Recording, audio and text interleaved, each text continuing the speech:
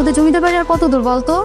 কোনো লোকজনও দেখছি না যে কাউকে ডেকে কারোর মাথায় তুলে দিব। আয় এদিকে আয় তো। আপনি কি আমারে ডাকতেছেন? তুই ছাড়া তো এখানে আর কেউ নাই, তো কারে ডাকবো আমি? আপনার সমস্যাটা কি? আপনি আমার তুই করতেছেন কেন? তোর মতো খ্যাত একটা ছেলে আমি কি বলবো? তুমি করে বলবো, আদর করে ভালোবেসে?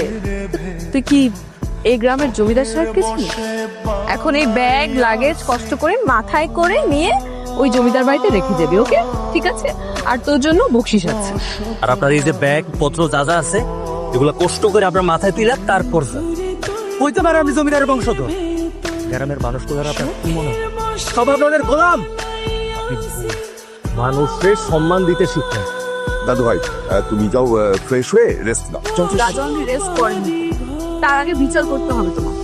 বিচার? কার বিচার করতে হবে? দাদু, রাস্তার একটা ছেলে লাবণীকে থাপ্পড় মেরেছে।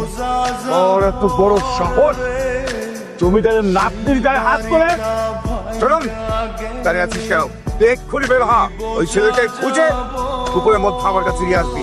কি ব্যাপার? আপনি আমার পতাক বেয়ে দাঁড়ালেন কেন? ওর মা আমাদের বাড়িতে কাজ করে, মানে চাকরানি। আর একটা চাকরানি ছেলে হইতে আমার গায়ে হাত তুলেছিস, তোর সাহস তো কম না? আমার মা পেগো বাড়িতে কাজ করে, কিন্তু আমার মা ভিক্ষা করে না। আমার মা যদি না থাকতো, সে যেসব কাজ কাম আপনাকে বাড়িতে করে, আমার মনে হয় না সেসব কাজ আপনারা করতে পারতেন। তাই আমার মার কাজের ছোট করে দেখবেন। আর এমনিও আমার মা বেশি দিন আপনাকে বাড়িতে কাজ করবো না। আমার চাকরিটা হইলে আমার মা কাজ ছেড়ে দিবে। আমার ব্যাগ থেকে টাকা চুরি হয়েছে।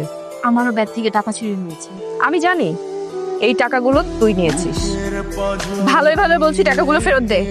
কি বলতেছেন? আমি চুরি করতে যাবো কেন? আমি ব্যাগে হাত দেই নাই। আমি এতদিন এই বাড়িতে কাজ করি, আমি কোনোদিন একটা কুটাটা পর্যন্ত সরাই নাই। বিশ্বাস করেন, আমি চুরি করি নাই। আমি চোর। চোরের মুখ থেকে কিভাবে স্বীকার করাতে হয় সেটা আমার খুব ভালো করেই জানা আছে। কে হচ্ছে? ও আমাদের ব্যাগ থেকে টাকা চুরি করেছে দাদু, তাই ওকে শাস্তি দিয়েছি আমি। আমি বড় অপরাধ করেছি, অন্যায় করেছি। রাবিয়া 20 বছর ধরে আমার বাড়িতে আছে। আমার ঘরের টাকা পয়সা গহনা গাটি এই দিকে পড়ে থাকে, কোনোদিন রাবিয়া ছুঁয়েও দেখে নাই। বড় অন্যায় করেছিস।